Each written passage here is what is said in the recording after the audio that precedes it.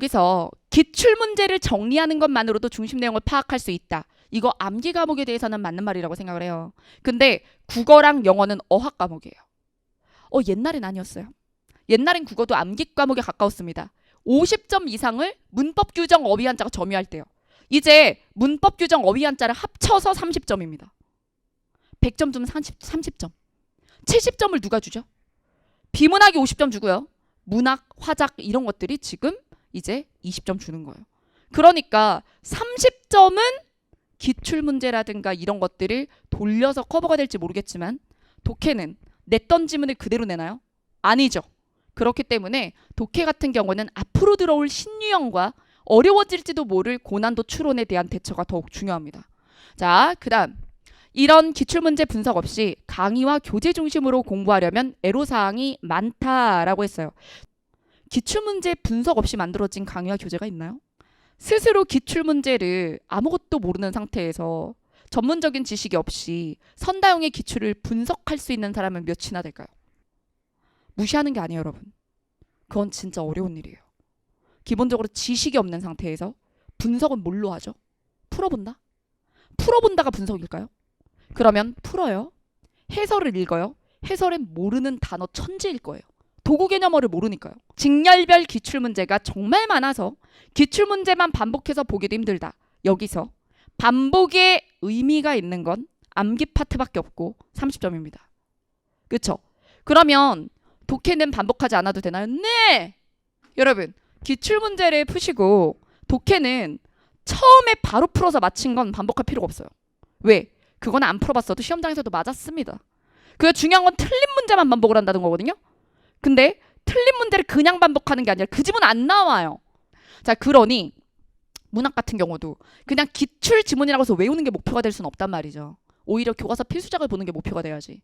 그래서 독해는 기출을 보는 이유가 뭐냐면 기출 수준 그러면 여러분 과거로부터 지금까지 쌓였죠. 독해는 점점 더 신유형이 시도되고 조금씩 어려워지고 추론형이 합류될 거예요. 그러면 과거보다 쉬워져요? 아니면 어려워져요? 조금씩 어려워질 거예요. 다양화되고. 조금씩 어려워지고 다양화되고 있는 부분에 대해서는 과거만 봐선 절대로 해결이 안 됩니다. 과거만 봐서는. 그러면 과거를 보고 해야 될 일은 기본 유형이에요. 과거에서 찾을 수 있는 기본 유형에 대해서 내가 한 번이라도 틀린 것들을 유형화하는 거예요. 난 주제 중에 이 문제를 틀렸었다. 논지 전개에서 이 문제를 틀렸었다. 내용 일치에서 이 문제를 틀렸었다를 유형별로 수집하는 겁니다. 사진을 찍으세요. 셀카 찍지 말고. 그런 거를 모으면 사실 기출문제 한 권을 풀어도 몇십지 안 나와요. 50제도 안 될 겁니다. 그 문제만 다시 보는 겁니다. 2달에 한 번만요. 그러니 사실 자 국어 기출은 암기 파트를 빼고는 독해와 문학은 자 처음에 푼다. 틀린 문제만 모아서 주기적으로 그것을 유형별로 본다. 많이 안 틀린다. 저는 수능국어 등급 한 2등급쯤 돼서 제가 200제 정도 기출을 풀어봤는데 독해만 200제 풀었는데 거기서 틀린 문제가 10개네요. 10개만 보세요. 네. 그리고 오히려 뭘 해야 되죠? 다른 과목 그렇게 빠져나갈 줄 몰랐는데 그게 아니라 신유형 조금 더 어려워질지도 모르는 추론형. 근데 그게 기출이 없죠. 그러니까 강사 제작 문제를 봐야죠. 그쵸? 기출만 봐서는 대응이 안 되는 미래에 대해서 케어를 해야 됩니다. 어학 과목은 다릅니다. 네. 자, 그 다음 인사혁 친자가 그랬잖아. 꼭 집어서 얘기했잖아. 국어와 영어의 경우. 다른 과목에 대해서 이렇게 바꾸겠다라고 명시하지 않았어. 과목은 명시는 딱 2개야. 국어, 영어. 지엽적인 부분, 암기 영역 축소, 그 다음에 추론형 확대, 국어, 영어. 자, 그 다음 과목당 최소 1200문제 정도 되는 기출을 반복해서 보는 필요 없어요. 국어 뭐하러 그렇게 합니까? 책에 들어있는 것만 보면 돼요. 기출 예상 문제라며 온갖 기상천외한 문제를 그러면 안 되죠. 그리고 그랬다면 이미 시장에서 배제됐을 겁니다. 네. 자, 그런 것도 있다. 결론부터 말하자면 이런 교재를 푸는 것은 딱 잘라서 시간 낭비다. 한 과목 20문제 중 예전에 나왔던 거 단어나 유형만 살짝 바꿔서 내는 게 16문제. 국어가 그럴까요? 암기 과목은 그런가요? 어쨌든 국어는 그렇지 않습니다. 어떻게 단어만 살짝 바꿔서 내죠? 10문제가 독해고 그죠? 4문제가 문학인데 그러면 30점이면 6문제죠. 6문제 중에 단어만 살짝 바꿔서 오케이 6문제. 네. 자, 그 다음 여기서 변별력 때문에 조금 난이도 있는 문제가 3-4문제. 마지막으로 대놓고 풀지 말라고 나오는 난 이게 너무 쓰레기 같은 문장이라고 생각해. 대놓고 풀지 말라는. 여러분 그런 말은 누가 하는 건지 아십니까? 자기가 모든 문제를 방어해주지 못한 강사가 하는 얘기라고 생각해요. 대놓고 풀지 말라고 내는 100점 방지 문제야 라는 말 있죠. 강사가 100점 방지 문제? 100점을 누군가를 그러면 한 명도 맞지 말아야죠. 100점 맞은 애는 누군데요 그럼? 없어요? 100점이 없겠습니까? 있죠. 그러니까 빠르게 85점을 맞게 해줄 게가 무슨 의미가 있어요? 시험을 11월에 보나요? 아니죠.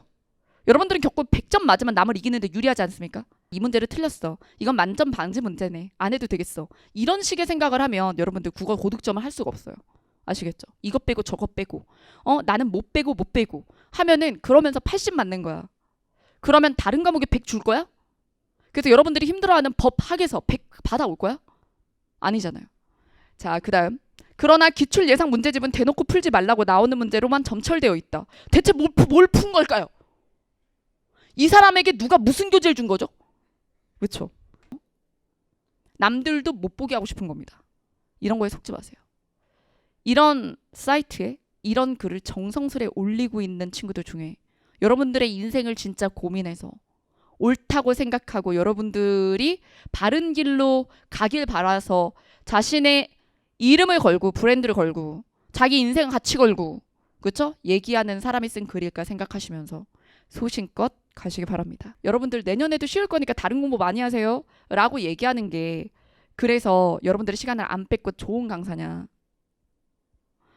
여러분들 다른 과목을 망쳐도 국어가 살려줘야죠. 모국어 화자잖아요. 모국어 작자고 모국어 독자죠. 그래, 말씀드린 대로 고득점이 그래도 가장 쉬운 과목입니다. 학과 법이 어떻게 나올지 몰라서 너무 무서우신가요? 무서워야죠. 그러면 그게 출렁일 때 그래도 갑자기 개박살이 나지 않을 과목이 뭐죠? 국어예요. 국어는 안전하게 가야죠. 국어로 도박하지 마세요. 국어는 무조건 100점을 목표로 해서 망했을 때 90이 넘으셔야 되는 겁니다. 아시겠죠? 네.